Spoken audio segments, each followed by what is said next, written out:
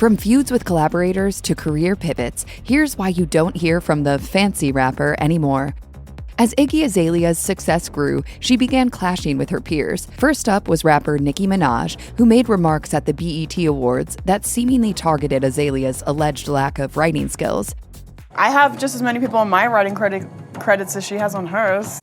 Minaj denied claims she had beef with Azalea. In response, Azalea said she was unbothered by the remarks, but she also had an altercation with fellow rapper Azealia Banks. That duo's feud started with Banks' disapproval of Azalea's Grammy nominations. That Iggy Azalea is not better than any black girl that's rapping today. Iggy Azalea is not excellent. A fired-up Azalea took to X to respond to Banks. In a now-deleted X post, she wrote, "There are many black artists succeeding in all genres. The reason you haven't is because of your piss-poor attitude. Now, rant. Make it racial. Make it political. Make it whatever. But I guarantee it won't make you likable. And that's why you're crying on the radio." In September 2014, TMZ broke the news that a private tape involving Azalea and an ex-boyfriend was up for sale. Azalea was set to land a 7-figure deal from Vivid Entertainment, but her camp denied claims that she was the girl in the video. Her legal representatives later claimed that the ex in question was a jilted lover. That ex-boyfriend, Hefe Wine, had worked as Azalea's manager at one point, and he eventually claimed that he had the right to create and sell the video, per an agreement he reportedly signed with Azalea in 2009. According to Wine's account, the tape would have been a valid product if he added background music. When questioned about the alleged tape, Azalea publicly denied its existence, telling Vanity Fair, "Every week I have some sort of crisis that involves the internet. I do not have a sex tape. I would remember if I had a sex tape, but if I did have a sex tape, it would be completely fine in my own business." Azalea and Wine's legal war ultimately came to an end when the duo reached an out-of-court settlement for an undisclosed amount.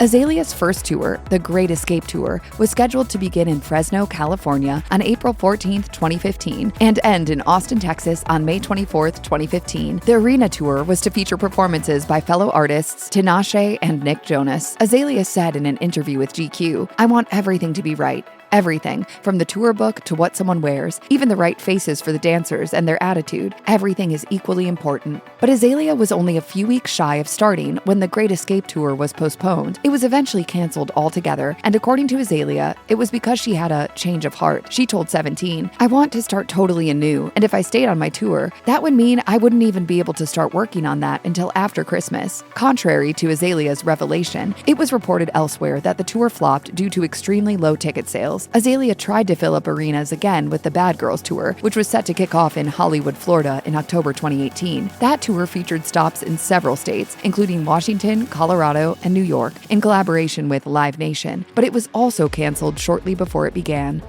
Azalea and pop sensation Britney Spears released their joint single, Pretty Girls, on May 4th, 2015. The song had an estimated 100,000 downloads within the first week of its release, so Pretty Girls was projected to make a Billboard Hot 100 Top 40 debut less than 2 weeks later. By May 21st, it had made a streaming songs chart debut at number 16, but given the star power of Azalea and Spears at the time, some fans were disappointed by the song's performance. One fan expressed their concern in a Q&A session on X, prompting Azalea to post in response, "It's difficult to send a song up the charts without additional promo and TV performances, etc. Unfortunately, I'm just featured." Azalea's comments were thought to be targeted at Spears, and when the singer's fans defended the pop star, Azalea doubled down on her remarks, saying, "My comment is factual. It applies to any song."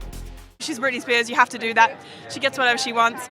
While Spears didn't directly engage Azalea, she seemed to throw shade at the rapper by referencing her canceled tour in an X post. Spears wrote, "Can't wait to get back to Vegas. So thankful I have shows for the rest of the year to look forward to." Years later, fans claimed the duo hadn't talked since 2015, but Azalea revealed that she reached out to the superstar.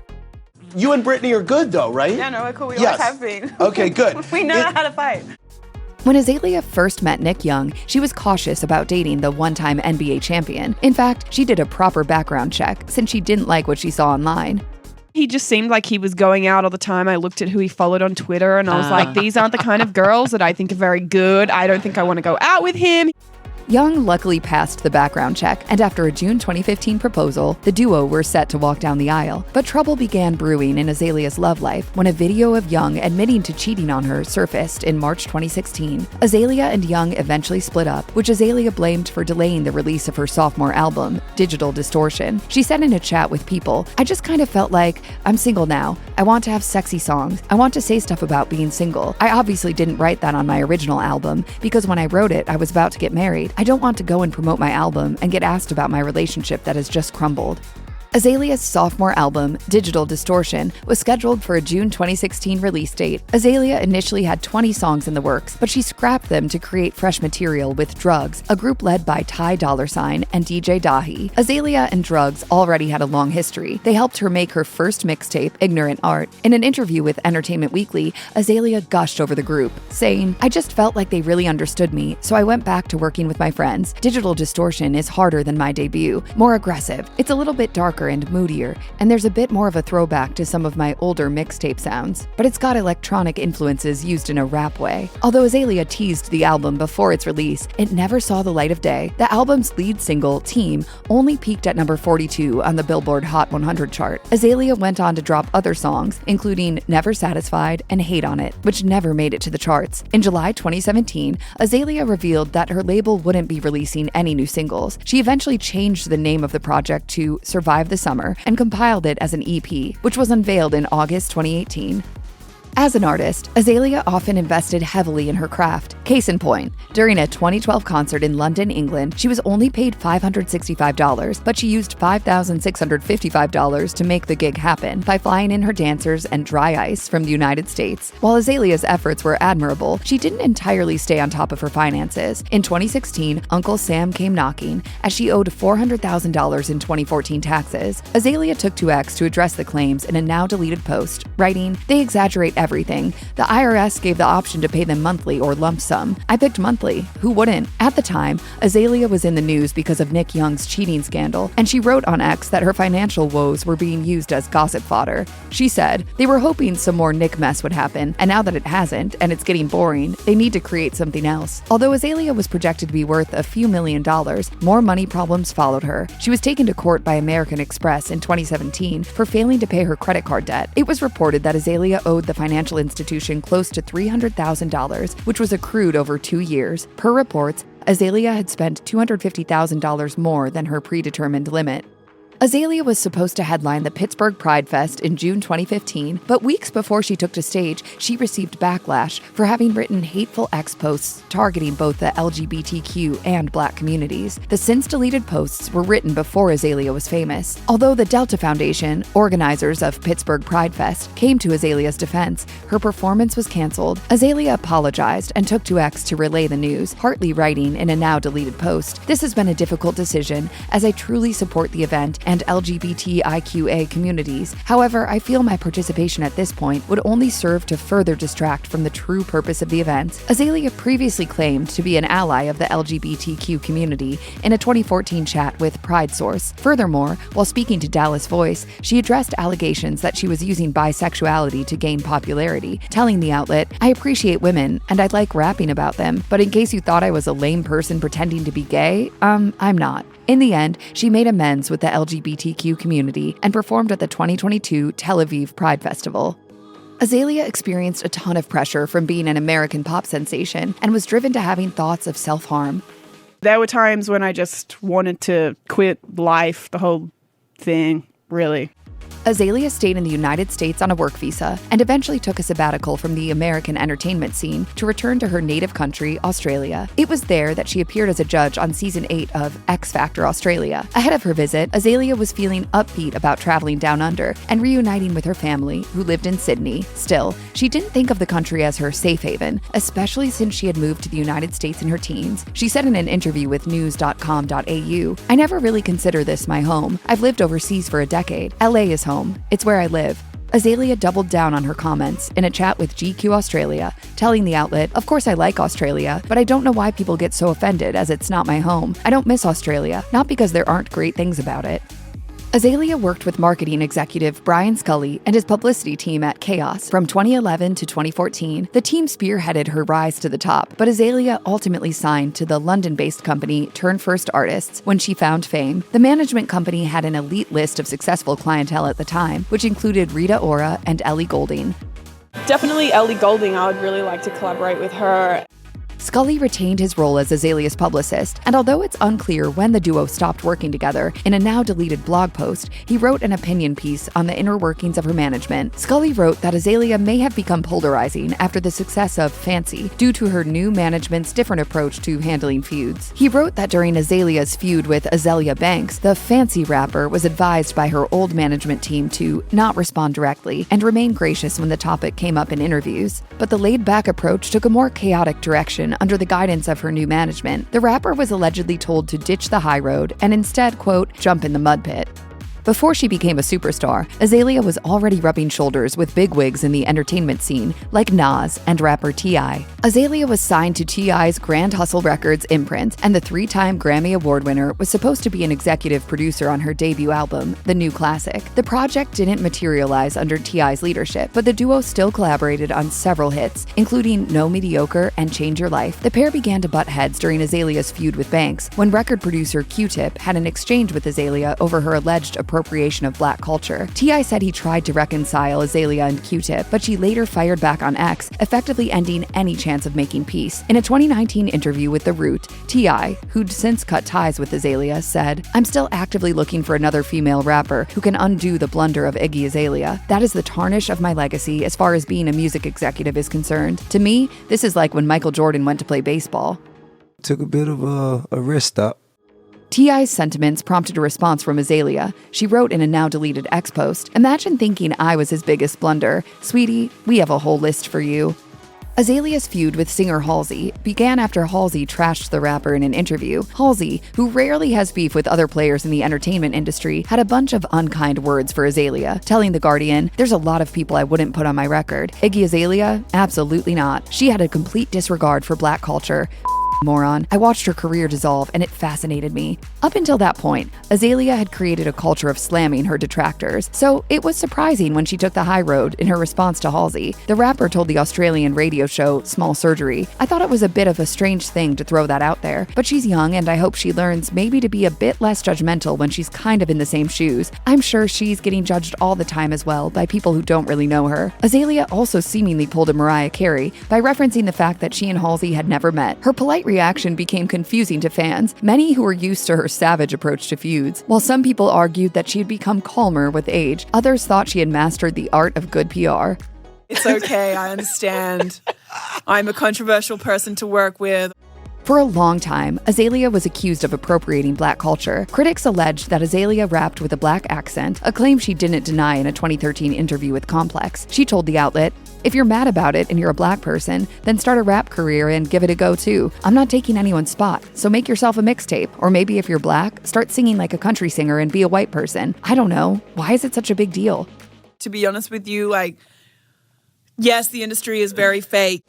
Azalea amassed a wide teenage fan base due to her style, and she shattered the myth that she had to fit a genre stereotype in a conversation with The Guardian. She told the outlet, "To say that rap is a guy in chains and baggy pants popping bottles in a club is stereotyping black culture. That has never been my aesthetic. When it comes to creativity, there was a belief that the younger generation lacked original ideas and material was being rehashed." It was a claim that Azalea dismissed, saying, "Even if something is recycled, it takes a lot to be witty or ironic." Azalea's own words resurfaced when she announced her retirement in 2024, admitting she never truly enjoyed songwriting. This was a sentiment that some felt was clearly evident in her music. Azalea landed a major record deal with Universal Music Group's imprint Interscope Records in January 2012. The record label, which was co-founded by music executive Jimmy Iovine, was set to produce her first album, The New Classic, but the deal ended in mid-2012. In April 2013, Azalea signed to Island Def Jam Music Group. The joint venture was dismantled by the group's parent company, Universal Music Group, in 2014, leaving Azalea signed to Def Jam Recordings. Azalea worked with the establishment until 2018 when she moved to its sister company, Island Records. The thought of failure was really not an option for me. I had to keep going until I couldn't go anymore. Azalea later accused Universal Music Group of not paying her dues. She wrote in a March 2025 X post, "Crazy how in my entire career, I was never paid a single royalty by Universal Music for anything outside of the USA. They owe me millions of dollars in back pay that they technically stole from me. As per my contract, I am due payment. The amount owed is in the 8-figure range." The former rapper alleged that she was awarded an $18,000 settlement, which she declined. She vowed to legally pursue the case until Universal paid her what she was owed, and further accused the conglomerate of exploiting several artists, many of whom were suffering in silence. Azalea wrote, "Universal Music really needs to do better in their treatment of the artists who quite literally earned them millions via intellectual property they had zero part in creating." Master recordings are the heartbeat of any musician's career. They are original recordings of songs, and whoever owns them can make a ton of money by earning royalties and licensing the music to other entertainment and commercial mediums, like movies and advertisements. While artists like Jay-Z own their masters and vow to never sell them, others have put them on the market for a big payday. In 2024, half of Michael Jackson's music catalog was sold to Sony for a reported $600 million. Similarly, Justin Bieber sold his music rights to Hypnosis Songs Capital in 2023 for a reported $200 million.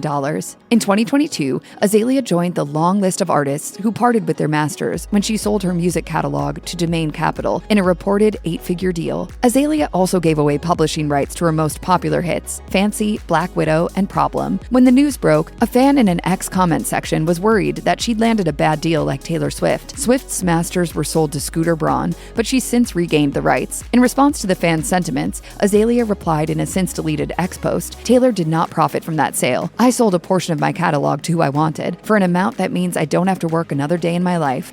In October 2022, Tory Lanez announced on X that he would be an executive producer on Azalea's next album. That same year, the duo was also rumored to be dating, a claim Lanez seemed to confirm when he titled a song after Azalea using her legal name, Amethyst. The 2025 release, 9-Side X Amethyst, featured the lyrics, "It be nights I want to talk to Iggy, but she blocked me. Amethyst, if you ever hear this shawty, call me." When Lanez faced a legal war against rapper Megan Thee Stallion after a shooting incident, Azalea wrote to a judge to vouch for him. The letter read, in part, "I would not write to you on behalf of an abuser. I've never encountered this jealous, rage-filled person he's accused of being. I know him to be someone who's always bursting with happiness." Azalea's show of support wasn't taken kindly by the public, most of whom supported Megan. One upset fan took a jab at the former entertainer, writing on X, "Girl, that's why you fell off and the music ain't selling. This is so embarrassing and disgusting of you." In a now-deleted 2023 X post responding to the backlash, Azalea stated that she and Lanez had not been in contact for a long time. She further revealed she was blindsided when her letter became public, and additionally voiced her support for prison reform. After releasing numerous albums, mixtapes, and EPs, Iggy Azalea officially called it quits in January 2024. She announced her exit from the music industry in a lengthy post on Facebook, writing in part, "I know a lot of people have this idea that I was bullied away from music, and that's something I've always laughed at, because I'd never be bullied out of anything. In fact, I'm too stubborn. I think I've even resisted changes within myself at times, purely because I don't like being viewed as someone who quits." At the time of her announcement, Azalea was in the process of working on her 4th album, even though she'd previously stated on X that her 3rd album, End of an Era, was her last. She sadly told her fans that she wouldn't be completing the project. I'm just like, what am I supposed to like rap about for a whole like another 2 or 3 albums? Like being really rich and like being really pretty or something? Beyond music, Azalea had no shortage of opportunities to pursue, having relied on multiple income streams to supplement her earnings in the past. Back in 2012, she signed a modeling contract with Wilhelmina International Inc., a company that represented top talent in the business at the time, including singers Fergie and Estelle. She also appeared in a Super Bowl commercial for the energy drink brand Monster, with whom she teamed up to launch a set of headphones. In 2021, Azalea dipped her toes into entrepreneurship by launching her fragrance Devil's Advocate in 2021. She even had a short-lived but thriving OnlyFans career. Following her retirement from the music industry, Azalea announced she would be hosting the Mother Knows Best podcast in partnership with The Volume. She also ventured into the cryptocurrency arena with the launch of her own crypto token, Smother. Azalea was introduced to the cryptocurrency business by her brother, and she found herself curious about its intricacies during the 2021 NFT boom. Her token, Smother, is unlike other celebrity tokens, as she explained in a chat with the Rapid Response podcast. She said, "I want the fun of a meme token and try to have that, the community of that, and the chaos of that combined with some real-world usage and utility." Hybrid. It's like a meme coin or maybe an alt token. Azalea uses Telegram to build her own Smother, or Mother Iggy community. The name Smother is in itself an ode to motherhood. In late 2024, she took the game a notch higher by debuting an online casino dubbed Motherland. The gaming and betting platform uses Smother,